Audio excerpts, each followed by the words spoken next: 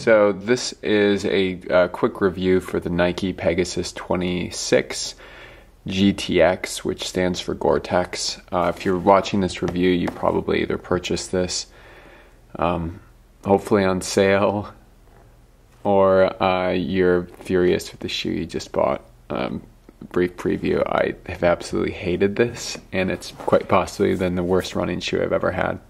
A little bit about it: I wear an 11.5 in everything Nike across the board. I wear them almost religiously. I've worn a bunch of different Pegasuses, in particular.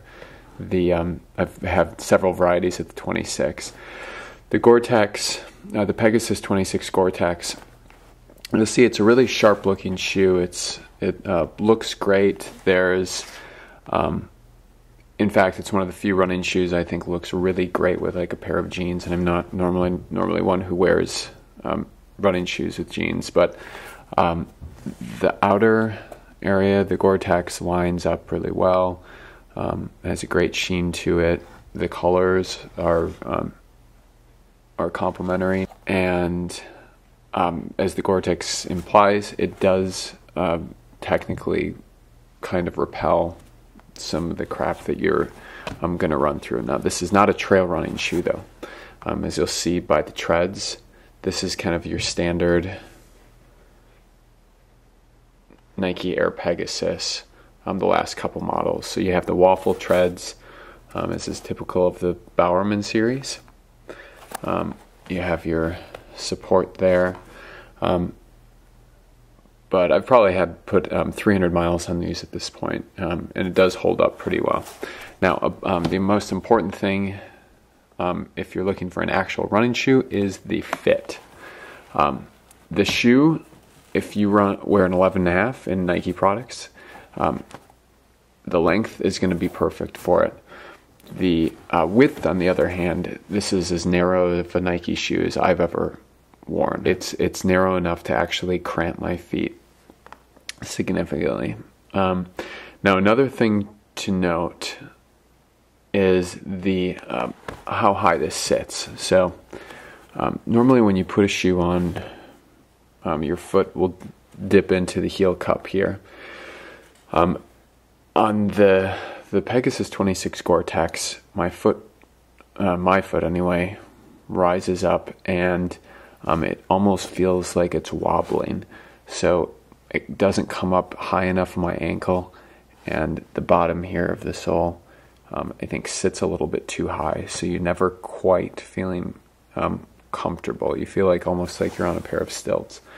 One other thing to note about the heel cup, and this is probably the most important, one of the most important issues, is that they do not, at least with my foot, it does not cup properly. So with every step, there is a slight amount of give. You take a step, and when you come back down, the back of the heel pops up a fraction of an inch. The ending result for that is Achilles tendonitis. So you're going to have a real shot of getting Achilles tendonitis. That's one extra piece of movement that your Achilles is going to have to compensate for, which is not a good thing for it to have to do in it. A shoe, the cup should be holding it, holding your ankle better than that. There is also some additional fabric on the inside of this shoe that's rubbing right at this point. On both of them, I continue to get blisters on the inside of it. So for the next time they do this, there is some material that they did not wear down, that they didn't cut out on the inside. So that's given me several blisters. And last but not least, the tongue also sits sits a little bit high. Excuse me, it sits a little bit low. So when you tighten your shoes, I've had real problems across the bridge of my top of my foot, getting actual physical bruising from just doing a normal tightening of the shoe, from not even tightening it too much. there was times that I did tighten it too much, trying to compensate for that lift in the back. That didn't help.